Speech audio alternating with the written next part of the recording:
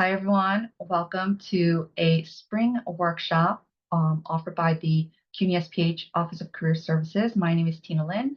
My pronouns are she, her, and I am the CUNY SPH Career Coach. And today we are going to be talking about assertiveness and self-advocacy as it relates to the workplace. And I am a part of a larger team. Some of you may have interacted with my colleague Maya Lloyd, who, especially if you've been doing stuff with field work, or if you're a part of the Career Skills Academy, welcome. Carolini Suarez is, I'm joined by her today. And she is a part of the Career Skills Academy and supports the Career Skills Academy program manager, Taylor Dross, who is an alumna. And we are led by also an alumna of the school, Hannah Stewart Lathan. And as I mentioned, as a career coach, I run these workshops, and we are halfway through our very long roster of events that we've held this semester. Next up is career fair prep. But as you can see, some of these other topics that are coming up about emotional intelligence, conflict management, negotiations, networking, branding, it's sort of like it builds upon some of the things that we'll discuss today. And in case you missed it, in Handshake, we have a plethora of all of the recordings from our events are held in Handshake, and you can view things such as like the masterclass industry leader guest speakers, topics that's been from career wellness, which is also something that we'll just only scratch the surface of today, but we've introduced in other meetings past, and everything from like resumes, cover letters, interview prep, networking, informational interviewing, going for your PhD, salary negotiation, you name it. So just go into your Handshake. This is why I wanted you to log in to your Handshake. At the very bottom left for Career Center, you click that, and it'll bring you to this menu where you can schedule appointments to meet with a career coach, and also this resources in the middle. This is a resource library, and you can always search for things like by topic here. So on the topic of career wellness,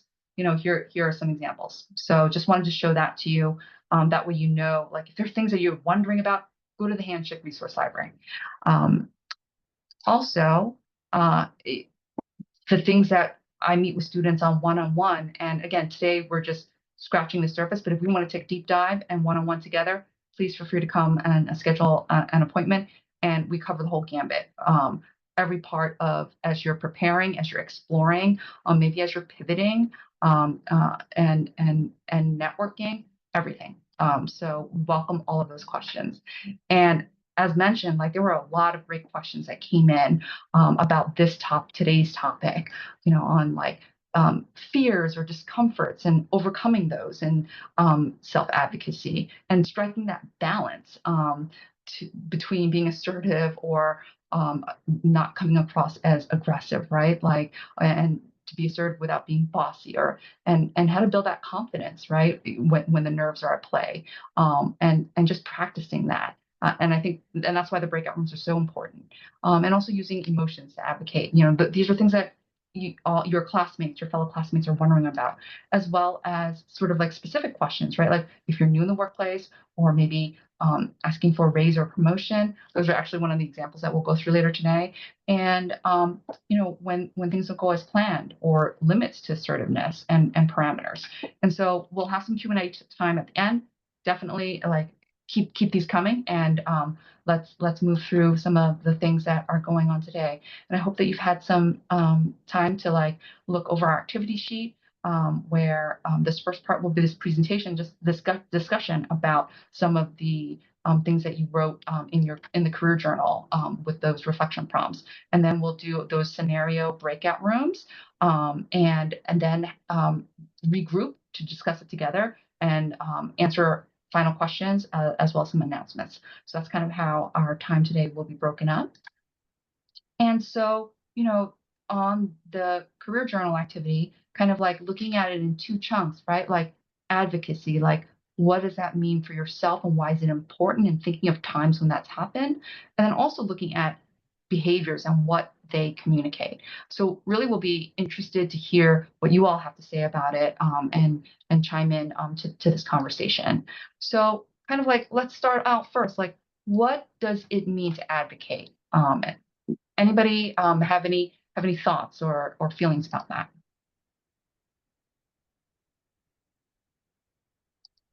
Feel free to use the chat or mute.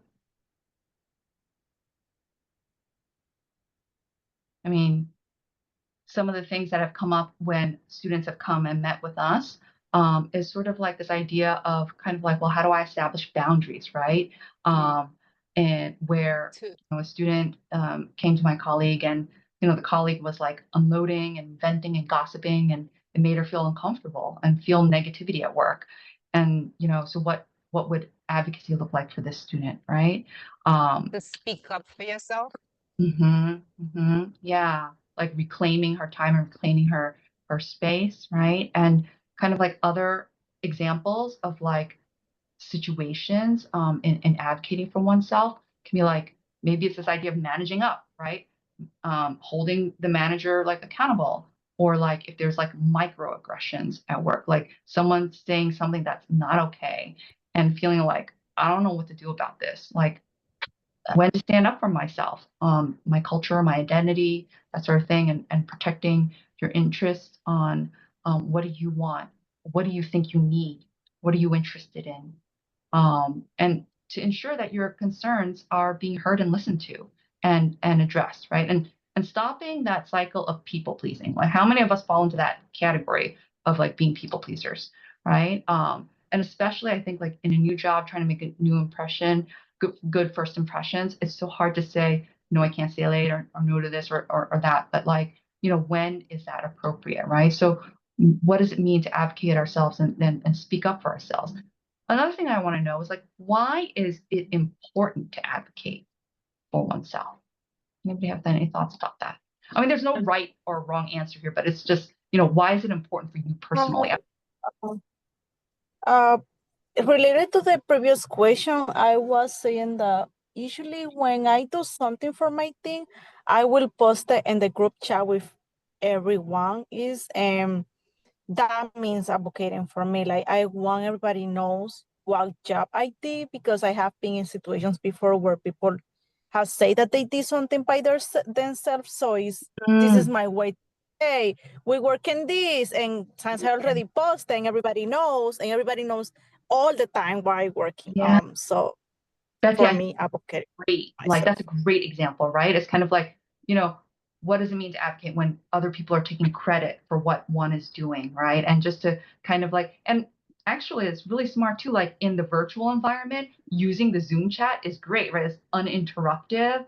But yet, kind of like if you're sharing something that's valuable and impactful. So good for you. Thank you for sharing that. Anybody else that has any? On that note, a few folks have dropped some comments on the chat. Okay. Let's see. Thank you, Caroline. Yeah, it's like people mentioning like communicating what I need, and standing up for your beliefs and values, right? Speaking up about topics that need more resources, support, and speaking up for those that are overseen and underserved. Like, I love that, Aphrodite. And demonstrating these pertinent needs, pertinent interests, and how they align with your responsibilities, so you don't feel your creativity stimmy. Yeah, totally. Right. And promoting better teamwork and collaboration. Um, and like, all great examples of what it means to advocate, as well as advocating for yourself being important, because taking care of yourself, right? No, because nobody else knows what's best for you except for you. That's also a great answer, Aphrodite. Thank you for that. And so it's kind of like, helping reinforce that your self-confidence and your worth and your value, right? And standing up for things that you believe in, even though others go on or forget about it, right? But yeah, like, and also stopping behavior that you might not like, but helping people understand, right? And I think in these times more than ever, it's kind of like, how do we build like a culture of understanding when there's so much like aggression out there, right? So how do we be peacemakers and but also like assertive ones in this climate, in these places and spaces. Another question, what happens when we don't advocate for ourselves? What does that look like?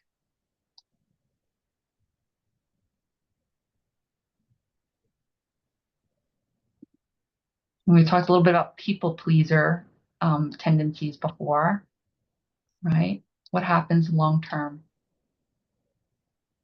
Being overlooked, yeah, leading to resentment, to burnout, right? Maybe like a blow up. That's a good one, like missed opportunities. If you just, are a pushover and you'll just miss out on stuff. And like resentment, not only externally, but internally, right? Or missing those opportunities, or consumed. Yeah. So not great things at all. That choice and playing that road of choosing to not speak up and do nothing. That's kind of like this picture, this haggardy, upsetting, angry, kind of like life-sucking picture. Thank you for sharing some of these. And now I'd like to turn our attention to like communication behaviors, and the attitudes and what they communicate. So what do folks think about kind of like body language? Let's talk first about passive behavior. What does passive behavior, like body language, tone or volume of the voice, posture, what are some ideas around that?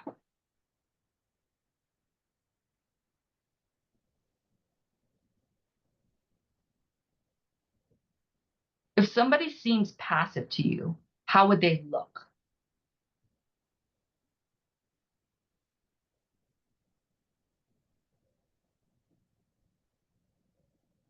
Anything about like how they would stand? I feel like if someone is like passive behavior, it feels really like mean to say it, but they like I feel like they get walked over a lot, you know, like from their boss and their coworker, and that makes them like really unhappy and like easily burnt out. Yeah, Ambrosia, like what you mentioned, and like Nikhila, what you just wrote too, like that they seem small, right? Other people have said like slumped shoulders, hunched over, kind of like blown over by the wind, right? Not ready to engage. Maybe like the eye contact, like looking down or not looking directly at you, and just sort of like, closed off, like, and their voice, it might be very small. They also might be distance wise, they might be like further away, right? Like just barely audible, like even kind of like, are you there or not there, right?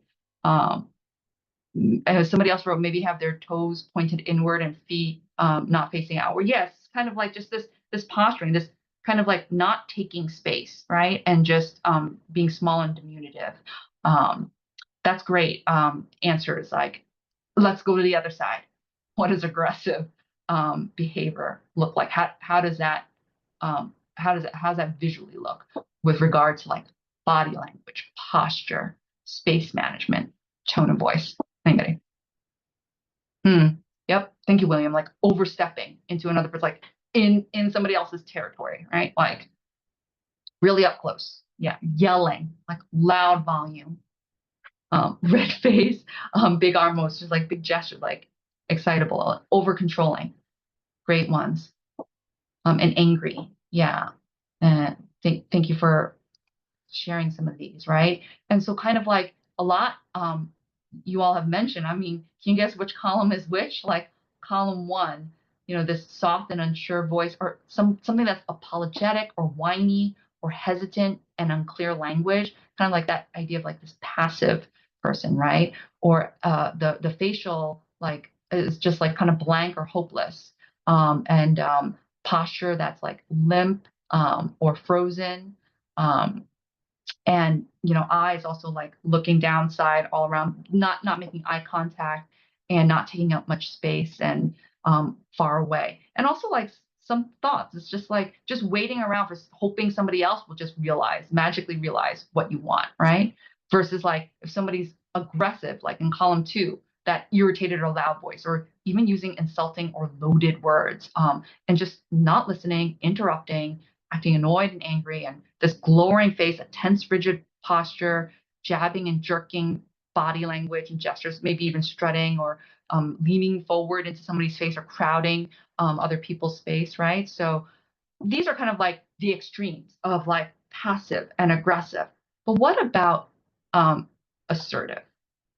What are some body language that kind of can showcase and communicate assertive attitudes, right? Like a body language that is calm and aware and confident of what's going on externally as well as internally. That eye contact. And eye contact, I feel, is a little bit like a cultural thing because I grew up in a culture where, kind of people don't look at each other in the eyes. Like deference is shown by, not looking in the eyes. But that's not necessarily American workplace culture for the most part, right? Like in general, here it's sort of like, making that eye contact, not like scary eye contact, right? Not, but kind of like, and not like staring rudely, but just like showcasing that you're listening, and a facial expression that can be like that kind of is consistent with the messaging, right? Neutral if you're telling somebody to stop, having a friendly face if you're asking somebody to do something for you, and that space management, right? Like of moving away from somebody that you want to stop bothering you, or moving closer to someone that you're looking to engage. Other things is kind of like the voice volume, sort of being loud enough to be easily heard, and having a positive tone of voice, versus like softer, hesitant, whiny, or angry, right? Any of those extremes. And just the kind of language, the word choice that is polite, positive, and definite, and also respectful. Things such as like, excuse me, or please stop, or I need your help. I'd like to join in, sounding firm or appreciative or cheerful, kind of like matching the words with the language, with the tone, with the posture. And I think like, assertive and self-advocacy, there's a choice, right? Like we already kind of talked through like what could happen if, somebody's like getting walked over, what looking at that way. Another person, one of the questions that came up was like, about asking for a raise or a promotion, right? Like if you believe you should be paid more for what you're doing, and you want to do something about it, then what are the choices that you need to face, right? Like choice A, are you going to advocate for yourself and, set up that time with the manager, and prepare for that conversation with the manager?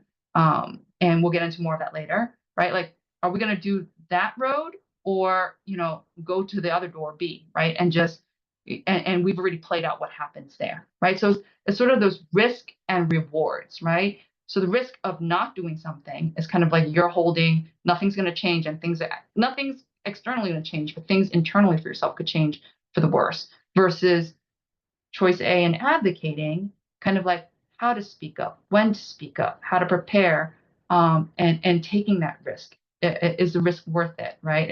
And how to move yourself into that space. And I think that's for anything with decision making, or with reading the room or reading the situation, anything that's at hand. And So like we're gonna move into breakout rooms, and actually like I think what we'll do is we'll just split up randomly, and you decide which of these as a group, like whoever's in your breakout room, which one you'd like to work on. But I'd like to take some time just to read them together. So if I can have volunteers read these different scenarios. So this first one, scenario one, around workable work boundaries. There's two variations of this. Can I have a volunteer please read 1A, 1B, and the activity? Just unmute and speak up. Yeah, so I'll do it. So the boss's boundaries. It's Friday evening. Your manager emails asking for a report due Monday. You're already overloaded. Colleague boundaries. A colleague frequently asks you to help with their workload, and it's affecting your ability to meet your own deadlines. So the activity says, how would you respond without seeming uncooperative? How can you protect your time while still being collaborative? What language could you use to assert your limits? And what would the outcome be if you don't speak up? Thank you so much, Ambrosia. Our next scenario on courageous concerns and bold ideas. So speaking up in meetings. Can I have a volunteer to read that and the activity? Speaking up in meetings, your team supports a flawed decision. You have past data that contradicts it. You have a strong idea or concern during a team meeting, but you tend to stay quiet while others dominate the conversation. The activity is discuss if you would speak up, why or why not. What's an assertive way to express your concern? Where someone interrupts you, how do you assertively continue your point and interject respectfully to share your idea? What would the outcome be if you don't speak up? Thank you so much, Selene. And the third scenario, this raise runway or kind of like pronto promo. Can I have somebody, a volunteer, read asking for a raise or promotion in the activity, please?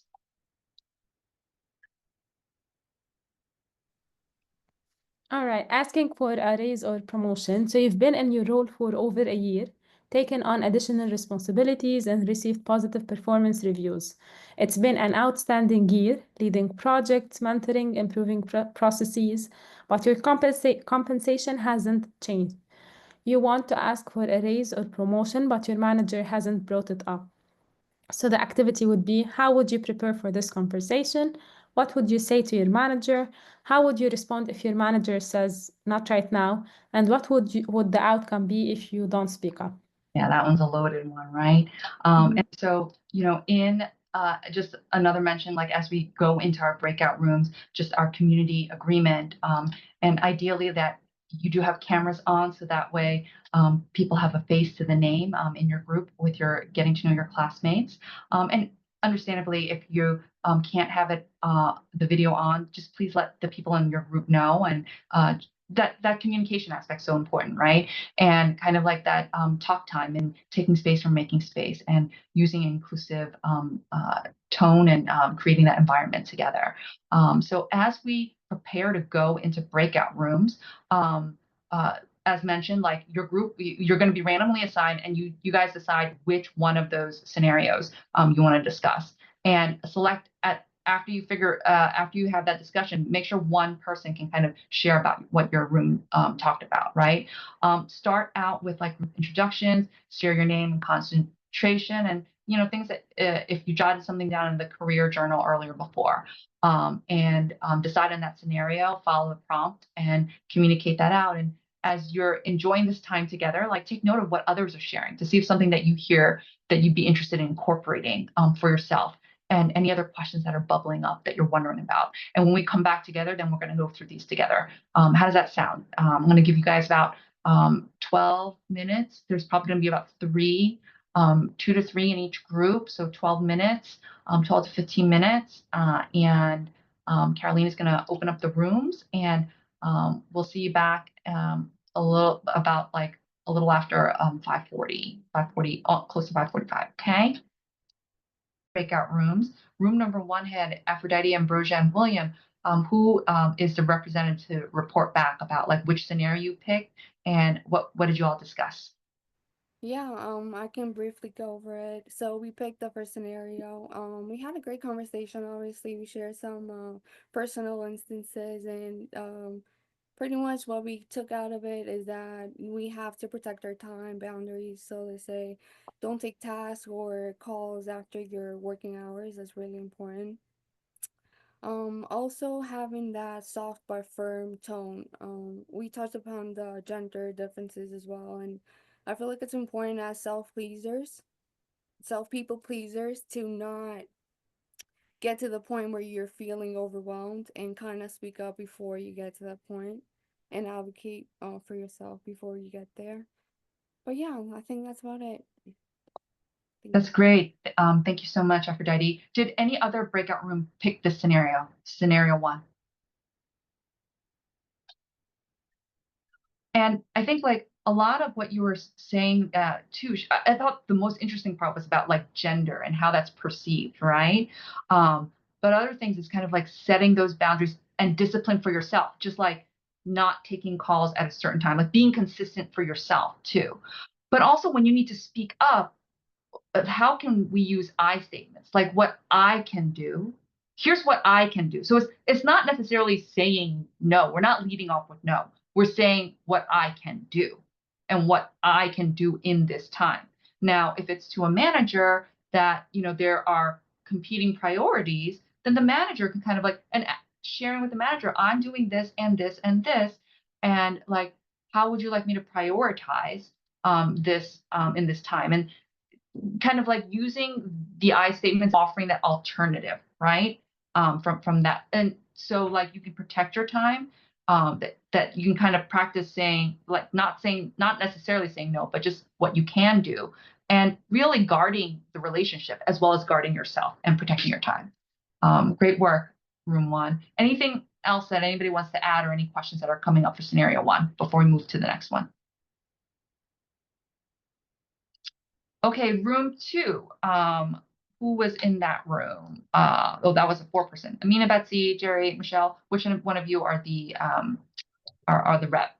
I can speak for all of us. Okay. So we decided to go with scenario 3, Okay. asking for a raise. And overall, we kind of had different approaches. So we talked about having a success journal, keeping track of like all the projects that you've taken on and what the successes were like, which I commented, for me, that was like something very new that I started seeing a lot more recently, especially in social media. But it's definitely something to have and keep track of, especially if you're someone like me who's, doing a resume all over and needs to like dig up some treasures. So it would be nice to have something to refer to, but also to advocate for yourself so you keep track of, how you're contributing to your organization or program. I also mentioned knowing the time of year, like working in nonprofits. I know that there's a specific time of the year where program managers can make adjustments in budgets. That way, if your manager says not right now, then you can ask, then when? You're kind of like eliminating that potential response. And then also knowing what the market is to know like how to negotiate your raise. So like knowing where you stand within that range to be able to negotiate a raise or a promotion with your manager. And then I think we also just had fake it till you make it, especially if you have like severe anxiety. It's interesting that you use that phrase, Jerry, and thank you so much for summarizing that very rich conversation. I don't like that phrase, fake it till you make it. I'm not a fan, because I'm a fan of bringing your authentic self into the workplace and being like a community builder and maybe sometimes a community changer, right? Like, but with that, but because we don't need to fake stuff, but I think like, how do we make our best better? And who do we want to be in this place, and what are we working towards, like, and is that aligned with the company culture or the mission? Or if not, like, then how much of being there is important for us or detrimental to oneself, and is it time to leave, right? So there's different factors of that, but yeah, I'm not a fan of the fake it to the make it thing. But I'm glad that you mentioned it, because I think that's these catchy lines sometimes they might do stuff to us, like, or another phrase that I hate, like, that you will not hear me use when in career coaching or whatever. Some people are like, oh, how do I sell myself? I'm like, we are not doing any of that stuff here. So I'm against that in so many different ways, but I will say, like, I will tell you how I can be a value contributor to your team, right? And so I think even the language that we use, kind of, it does something to us inside as well as and what it brings from inside out. So yeah, like, let's go with the authentic. Let's go with the value, and knowing our worth. And you hit on so many great points in kind of like sort of like understanding the timing, the landscape of the organization, right? And I love that success journal. I'm a big career journal fan, like, of all different prompts, and like keeping a listing of successes or wins, right? Your success journal, your wins journal, like just jotting it on your phone, right? Like it's like, oh, if you did something great, give yourself time and put it on a list in your phone. That way you kind of look back to it when you have those annual performances that you can kind of mention it and bring it up in conversation, or look back at it regularly. And I also love how, like, not only is that the timing important, but also keeping this listing of accomplishments, that you're building facts for why they should give you that raise, why you are deserving, and building out that case for what is your worth, what is your value, and understanding that market numbers, like having 3 numbers, right? Like number 1, what's your walk away number? Like this is the number that you don't share. But the other 2 numbers is kind of like this top one is the aspirational one, and then the middle one is kind of like, what's that range, right? What do you like having a target, a reasonable research target number with that aligns with the market, around that worth, right? So because like you can't ask for more than what the company, if you know what the company has and is unable to or whatever, right? So that is also one of those decision points. But you hit all of that, and you could do the next salary negotiation like workshop, your team, but we can practice those together. But you guys hit on all those points. Thank you so much. Group 3, which one did you pick? Room 3 was Christine, Dominique, Jada, and Nikila. Who's the rep? We didn't choose a rep. Okay, so which one of you wants to speak up? So we did the Raise Runway photo promo. We did that also. Okay. And the group before us did such a great job. So, but for me, it's really hard for me to ask for a raise, and most of the people in my team said the same thing, so that's why we chose that.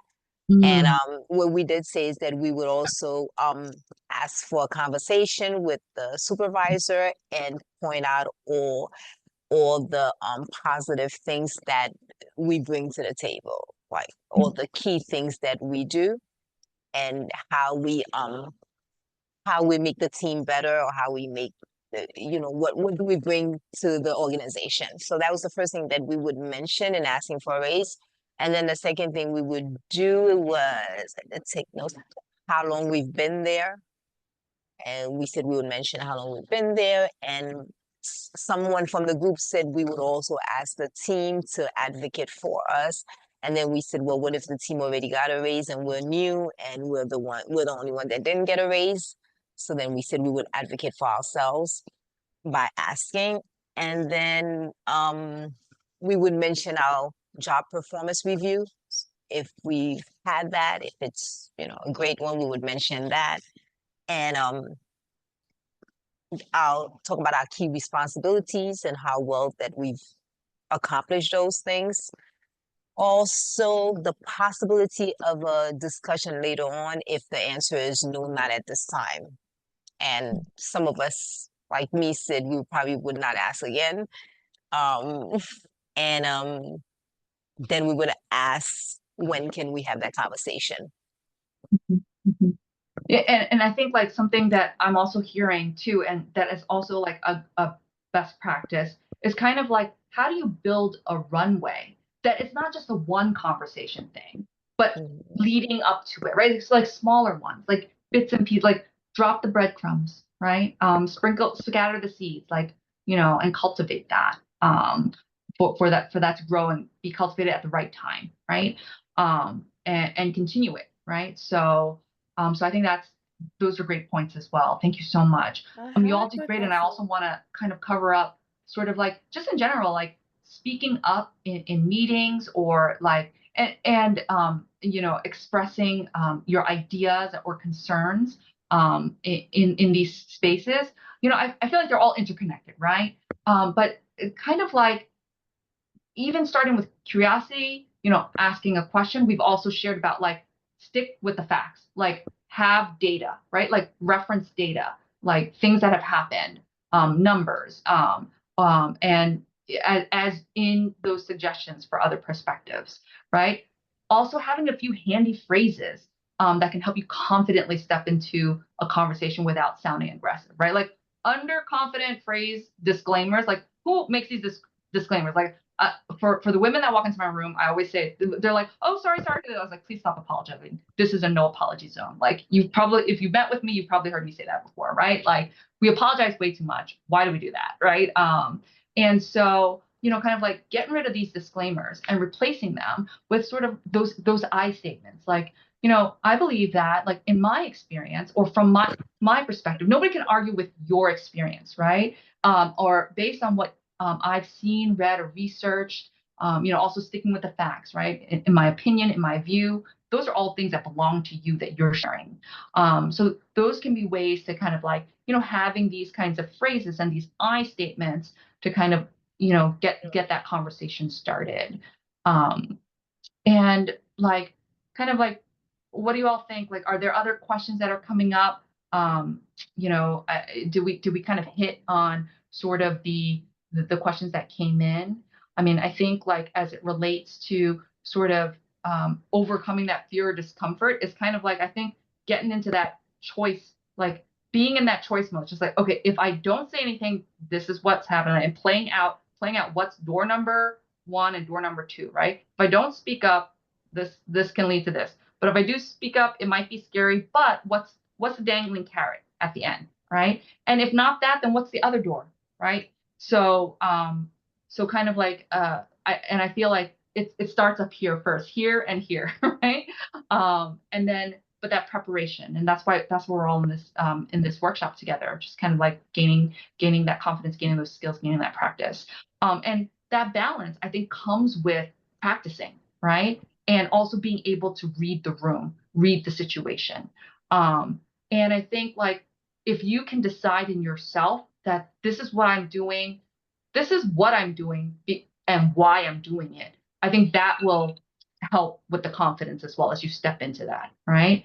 And practicing it. And like emotions, definitely, like we have one on emotional intelligence coming up, so come to that one. And definitely kind of like sort of like using those I phrases, and those contingencies, right? And I will say like, limits, assertiveness and parameters, this is just but one tool. Like you can't be a one-trick pony, right? But you need to be well-rounded. And so how do you utilize this along with emotional intelligence, along with like clear communications, like all of that, into like a package to grow your professional communication and grow relationships, right? It's not just tactical, it is relational as well. So I hope that we've gotten to most of your questions. And also, if there are any others that are coming up, please feel free to unmute and go through the chat. I know that we're just right at the hour, so I understand if people need to head off, but I'm going to stay on for like a few minutes. If people just want to stay on and chat, I'm available for the next 10 minutes. But just a couple of closing announcements. And Caroline, if you can drop the feedback survey in the chat as well. Like we really value just your input about these topics that you want to see, and the time and things that you want to discuss together. But we'd be remiss if we didn't say like what challenging times it is. And definitely our colleagues at the Counseling and Wellness Service are also here to support you, along with Dean Roberts, who has weekly Wednesday office hours. We have a number of events that are coming up. Like just get onto our webpage, our events page, and kind of like look through some of those. And we do have a tradition here of a one-word checkout. So like as you're heading out, like I hope that I will see you soon for like a career coaching appointment. It's best to plan early and plan ahead because they're already booking for June. So grab that. Mark your calendars for these other dates, especially career fair. And if you need help with it because it's being held on Handshake, go to Handshake office hours. Those are also available on our webpage. And kind of just those closing remarks about like, this is this career journey. It's a marathon, right? It's not a sprint. got to train for the distance. And being here tonight is one of those ways to train. And that career journey, it's not linear, but it's got a lot of twists and turns. And having good people around you to navigate those twists and turns also helps build that confidence. And building that community, that tribe, it really does take a village. So, be the captain of your team. So with that, as you're heading out, or if there are any closing thoughts, or if you want to drop in the chat, like a one-word checkout, like how you're feeling after spending time this hour together today, as your farewell, that'll be great. And otherwise, if you need to head out, understand, have a great night, and looking forward to see you soon. Otherwise, like, I'm here for any other questions that other people have. So I do have a question. One of our teammates stated that she would say, I would not be able to continue working here if I didn't get the raise. Is that something that's really good to say? And what if you like working there? So the situation, let me see if I understood the situation clearly. It's that somebody from your group was saying, like, if it got to the point where they didn't get the raise, they would tell the manager that I can't continue working here. Yeah. Or I may not be able to. So you have to be prepared to leave then. Exactly. And I think, like, you kind of like, it's sort of like, if that's where the conversation is heading, and politely thanking them for the conversation, right? It's just like, if that I can understand if that's something that and not making it personal either, right? But it's just unpersonalizing it from the standpoint of it's a business decision. So if that's the case, it's just like, oh, like, if that is from what I hear, this is what the situation is. And, I'm sorry to hear that for myself. I'm going to continue to put in this work, and this is what I value this work to be, and sort of like kind of like hedging it a little bit, right? But giving them that idea, but you got to be ready to like go, like, don't let them call your bluff, right? So it's just sort of like, yeah. So how do you manage that? That's also boundary setting. It's sort of like, how much time do you want to give yourself, right? If you know that that's not going to happen, then are you going to stay there or look for another job? And then if you leave, then you can kind of just politely say, it's like, thanks, we had this conversation. Some places offer me more money for what I'm doing. So, because at the end of the day, they're always, it's public health also is a small world. So, also having those relationships, right? Like, how do you maintain a relationship in these situations with that communication and conversation? Betsy has your hand up, please. I just wanna like bring up, I was in a similar position. Like, I didn't ask for the raise, but I was hired for the company, and they really hired me for $1 under the price point I asked. And it was because in 6 months we will have reviews, and it was the raise. But when my raise came, it wasn't even like $1. So I didn't say anything to my manager, because like I knew that HR is a whole different person, and I really like my manager. So what I did is that I accept my less than the hour, but I thought the next 3 months just looking for a job. I was actively looking, and when I left, I let her know that it wasn't because her, it was because the company didn't thought that we were a good fit. I technically lie without lying, because I just I wasn't in front of her that it was because of money, because I really like her. And I like my department. It was very nice. So for me, like you say, I want to keep that relationship. And if I will say anything related to is that you guys like whatever, I just stopped the job like literally 6 months ago. But I left, and it was good. I got the money I want in the moment. Yeah. Betsy, thank you so much for sharing your experience about kind of like how sort of like hedging, also kind of like, with the situation, you knew that it wasn't going to change, and that, and how it's not personal on one side, but what you want to keep personal on the other side, right? And maintain that.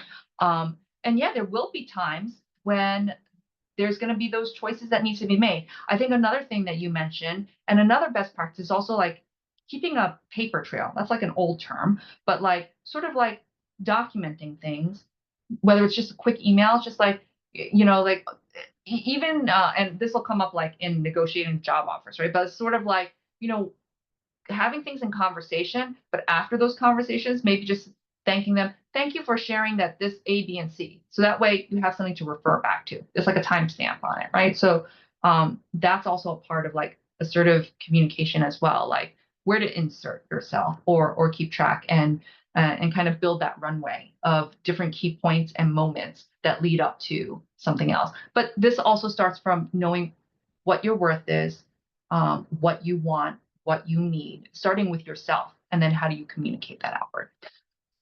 So great points. Thank you all so much for sharing your stories. I have And one yeah, last quick question.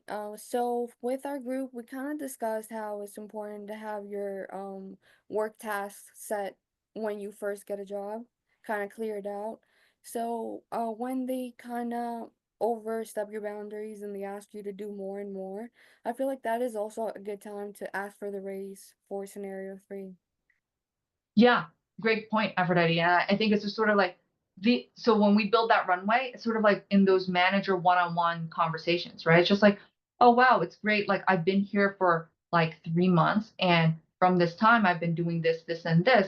It seems like it's very similar to like the next step up, like such and such role over there. Like what does the pathway look like? So you have bringing in that curiosity, right? Like what does the pathway look like for moving on into that title, while you're doing some of this work, right? Like kind of like putting it on record. Like what does it take? Here's what I'm doing. What does it take? Building out that map for yourself and meeting those markers, right? And so that proof is in the pudding too, right? Like so it's sort of like moving towards that. That's a great point as well. Anybody else?